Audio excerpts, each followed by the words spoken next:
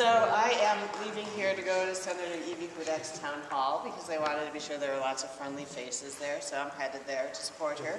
And then I'll be there working on the anti-recall effort.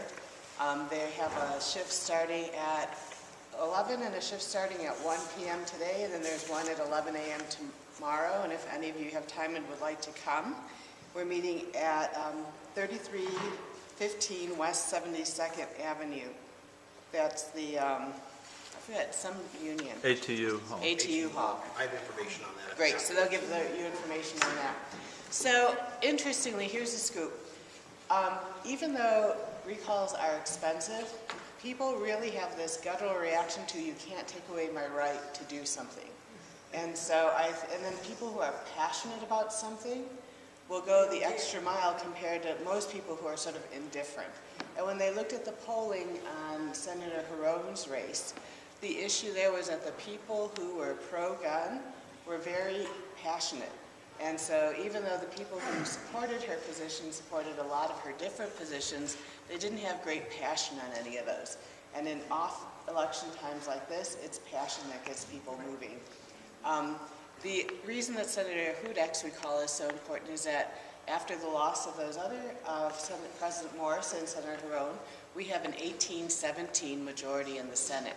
So if Senator Hudek is successfully recalled, we will be in the minority in the Senate. And that's why this is such an important recall election.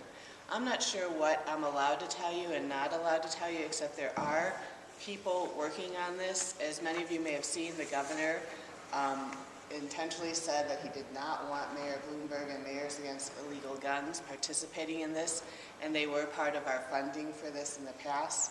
And so the other thing that's being discussed is, do we take an offensive strategy? Do we start getting them entangled in recalls? And so all of this will be decided quickly in the next week or so. What we do know is that they have about 30% of their signatures right now. On Hudek, they need just over 18,000. They're using the method they used in Pueblo, which is where they verify people living in the district before they collect their signature. So we're expecting that the signatures they have are good. And so, you know, I'm thinking that the diehards went out, and that's how they got the quick 30%. The question is, can we keep them from getting the other 70%? And that's what our efforts are focused on right now. And there are people in, you know, high places doing polls about what message will sell to people to get them not to support recalls. But I think, unfortunately, we're going to have to work on this one, which is really too bad because it takes away from our time that we could spend on policy, right? And working on 66, we're sort of competing for people to get out there and lobby, and also literally looking at what kinds of things do we need to fix next year. And clearly, recall elections are part of this. And unfortunately, there's this great game they have in recalls where they can make it that it always becomes an only in-person vote, and the local county clerk gets to decide how that vote happens. And so it's really, unfortunately, can lead to voter suppression.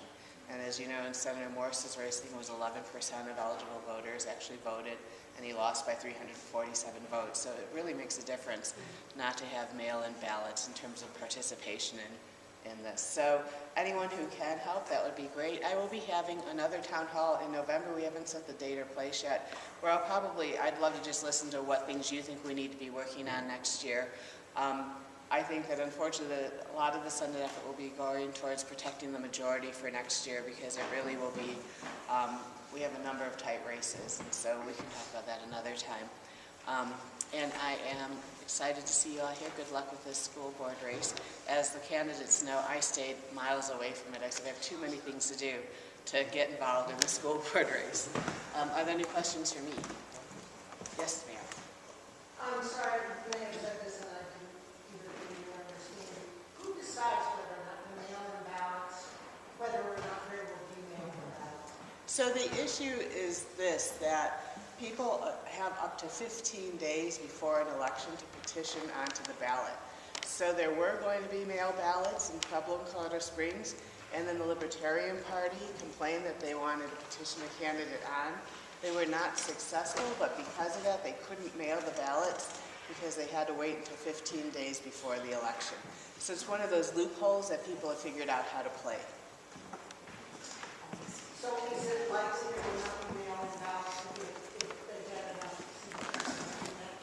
I would guess that they would play that game. I mean, I would, if I were on their side. Quickly, how's the exchange doing? I heard something on the news this morning that was derogatory toward Colorado's exchange. He asked how the exchange was going. I don't know if any of you have gone on to the exchange. First of all, I want to reemphasize, because so many people are thinking about the exchange, not realizing that for most of them it doesn't apply. If you have Medicare, it doesn't apply. If you have Medicaid, it doesn't apply. If you get insurance through your employer, if it's a large employer, it does not apply. So really, we were looking at capturing that 860,000 uninsured, of which 160 will go on to Medicaid, and also looking at capturing the small businesses who are finding an eroding market. And so there have been a lot of people looking at the exchange. You can't tell who they are because you can look anonymously. It's like 200,000 people have gone on and shopped on the exchange. Only about 2,000 have created an account on the exchange, but only 250 have purchased a product on the exchange. And so that's what I think you're hearing some of the kickback about. But I can tell you why, because I have people take care of my daughter who I'm trying to help them purchase products. If you've never bought insurance, you get all this information and you're like, what does this mean? And you really need to sit down with somebody to make the right choice. Even with everything I knew, I couldn't advise her on which one was the best plan for her to get. And I did send that feedback back to the people at the exchange. I do have to say though, I was really impressed with the work that the state has done on their Medicaid application website. It's called PEAK. And if you're going to get a subsidy, you have to first be denied for Medicaid.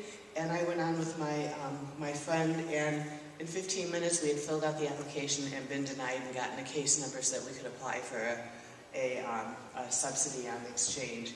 And so the state actually has done a great job redesigning Medicaid, and I learned they had a grant to do that. So, so if you think you might be eligible for an exchange, the easy things to do are to go up, set up an account, and get denied for Medicaid. And then when it's time to get your credit, your tax credit, and to purchase your product, I'd advise you to call the number and work with somebody by phone because it is confusing.